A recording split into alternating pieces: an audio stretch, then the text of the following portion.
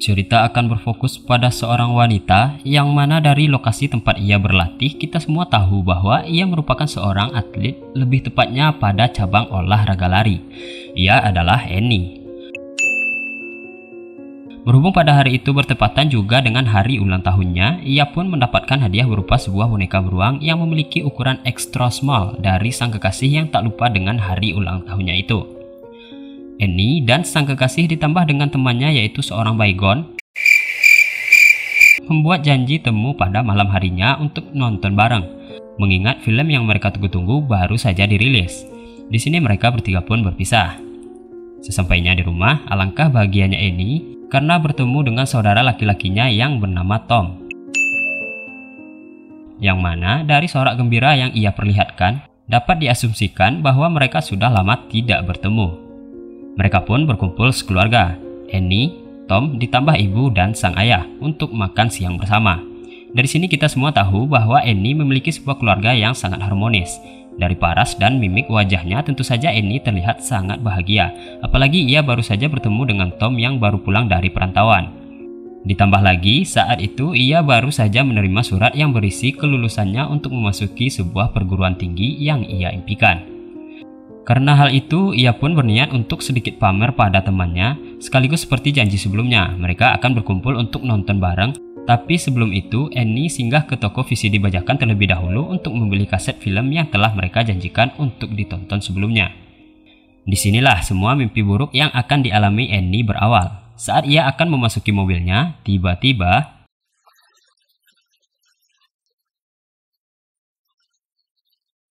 datang seorang pria tak dikenal yang langsung membondong paksa Annie ke dalam mobilnya. Dengan sedikit perlawanan, Annie pun meronta-ronta. Disaksikan orang di sekitar sana yang takut untuk menolongnya. Dengan beberapa pukulan, akhirnya Annie resmi diculik. Maka inilah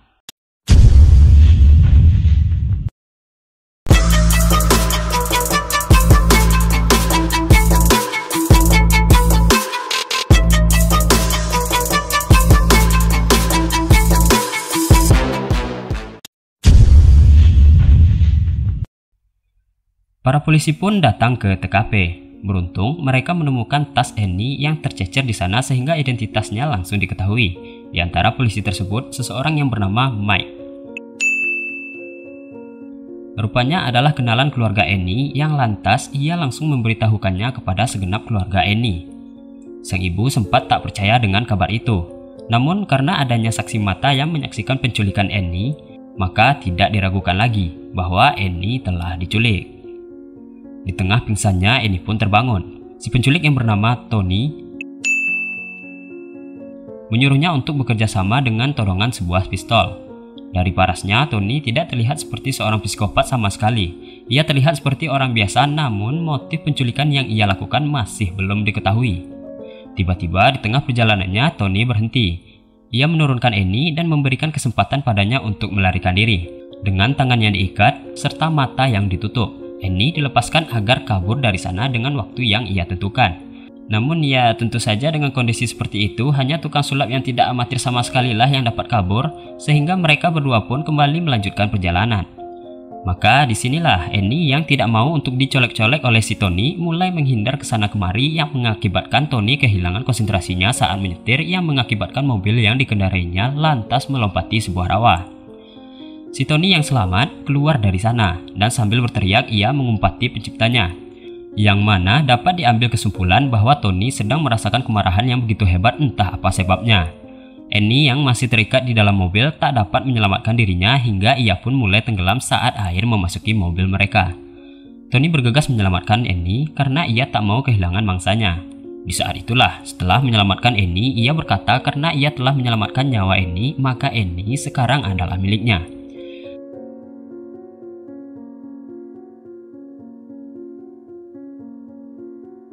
Para polisi yang telah memenuhi rumah Annie mulai mengumpulkan informasi untuk menyelamatkan Annie, sembari menunggu telepon masuk. Mereka berencana untuk mengekspos berita kehilangan Annie di televisi. Namun, itu harus dipertimbangkan mengingat keselamatan Annie yang dapat terancam saat sang penculik panik melihat berita itu. Hingga esok hari pun tiba. Di tengah penantian mereka, akhirnya telepon berbunyi. Setelah mempersiapkan mentalnya, ibu si Annie lantas mengangkatnya. Namun, bukannya mendapatkan telepon dari sang penculik, mereka malah ditelepon oleh wartawan yang ingin melakukan wawancara. Di saat itulah, seorang utusan FBI yang bernama Reynolds datang untuk membantu kasus penculikan Annie. Karena Tony yang telah membawa Annie keluar dari wilayah Nebraska mengakibatkan kasus ini menjadi kasus antar wilayah, maka FBI akhirnya harus turun tangan. Memasuki wilayah Wyoming, The Equality State. Di dalam mobil mereka mulai bertanya satu sama lain. Di saat itulah, Tony menyampaikan namanya.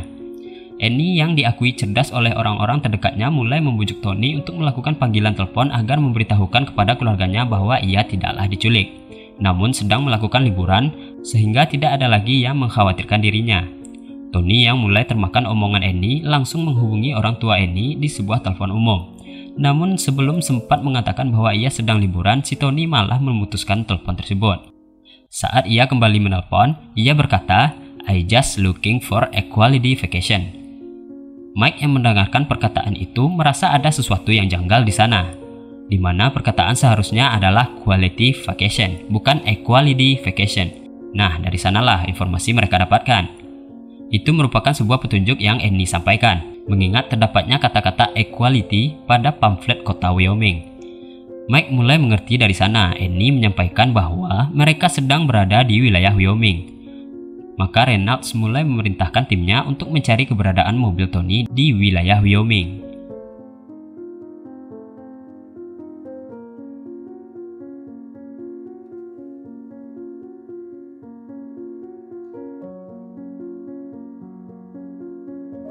Hari kelima, mereka berhenti di daerah Livingston, Montana.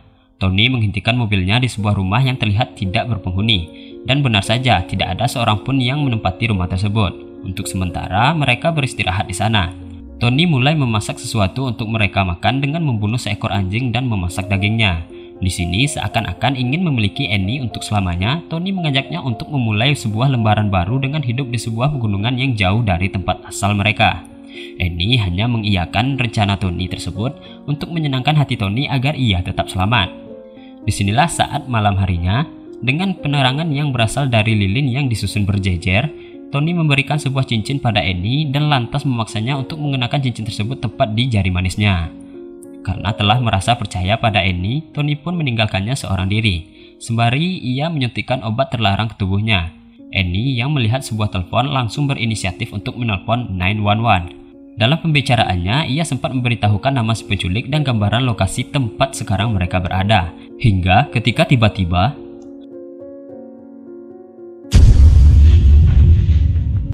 Reynolds yang mendapatkan informasi dari 911 mulai mengerahkan semua pasukannya untuk menyergap tempat persembunyian Tony dan berjanji untuk membawa Annie dalam keadaan selamat kepada keluarganya.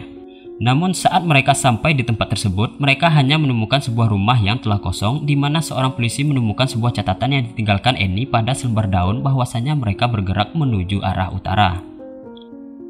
Keluarga Annie yang mendengar hal tersebut lantas merasakan emosi yang bergejolak karena sebelumnya Reynolds sudah berjanji untuk menemukan Annie di sana. Disinilah Tom yang merasa kerja para polisi hanya goyang-goyang kaki saja bersikeras untuk mencari adiknya sendirian. Hingga secara tak sengaja Tom memukul Mike tepat di perutnya hingga ia kesakitan. Disinilah muncul sebuah fakta menarik bahwasanya Tony adalah seorang kriminal yang tak hanya melakukan satu kejahatan dan hingga saat ini statusnya masih buron. Kembali pada si Annie yang telah membuat Tony merasa sangat marah karena telah mengkhianatinya dengan menghubungi 911. Tony menyuruhnya untuk menggali sebuah lubang dan berencana untuk membunuhnya. Namun takdir berkata lain. Setelah terjadi sebuah perdebatan hebat antara mereka berdua, Tony pun berubah pikiran. Ya, barangkali Tony sedang merasa sange ya, lantas ia pun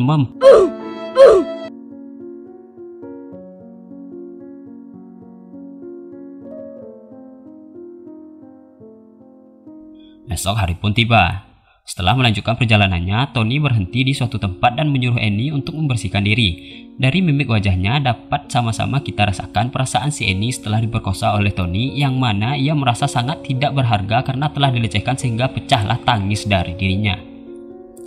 Disinilah Annie yang menemukan sebuah televisi melihat adanya berita tentang penculikan dirinya, yang mana semua identitas pelaku hingga mobil yang mereka kendarai telah diketahui oleh polisi. Mengetahui hal itu, maka membuat amarah Tony bergejolak, lantas mereka langsung pergi dari sana dengan sebuah mobil curian. Mike dan Reynolds beserta timnya telah menemukan mobil yang sebelumnya dikendarai Tony. Di sini Mike kembali menemukan sebuah petunjuk, yaitu sebuah catatan yang ditinggalkan Annie dalam boneka beruang berukuran extra small yang menjadi kado ulang tahunnya dari sang kekasih yang berisikan arah tujuan mereka. Tony dan Annie kembali berhenti di sebuah rumah kosong yang mana terdapat saksi mata yang melihat gelagat mencurigakan yang dilakukan oleh Tony, maka ia pun menghubungi polisi. Malamnya saat Tony sedang mengamuk karena kehabisan obat terlarangnya, tiba-tiba para tim FBI telah mengepung tempat tersebut. Mereka meminta Tony untuk menyerahkan diri dan melepaskan Annie. Karena panik, Tony yang telah dibesarkan oleh neneknya yang religius meminta untuk menghubungi sang nenek. Dalam pembicaraan mereka, Tony berniat untuk membunuh Annie lalu bunuh diri, namun sang nenek mencegahnya dan mulai mendoakan Tony menurut kepercayaannya. Annie yang ketakutan mulai membujuk Tony agar mau melepaskannya. Singkat cerita, setelah melewati suasana yang menegangkan, akhirnya Tony bersedia membawa Annie keluar untuk menyerah. Sesampainya di luar, ketika sudah dirasa aman, Annie pun langsung berlari ke arah Mike dan langsung memeluknya.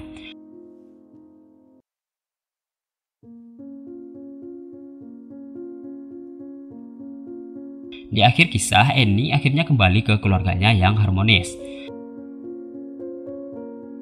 Bagaimana dengan nasib Tony? Tony yang telah melakukan banyak kejahatan akhirnya dipenjara seumur hidup tanpa pembebasan bersyarat. So, sekian dulu buat kali ini and see you in the next video.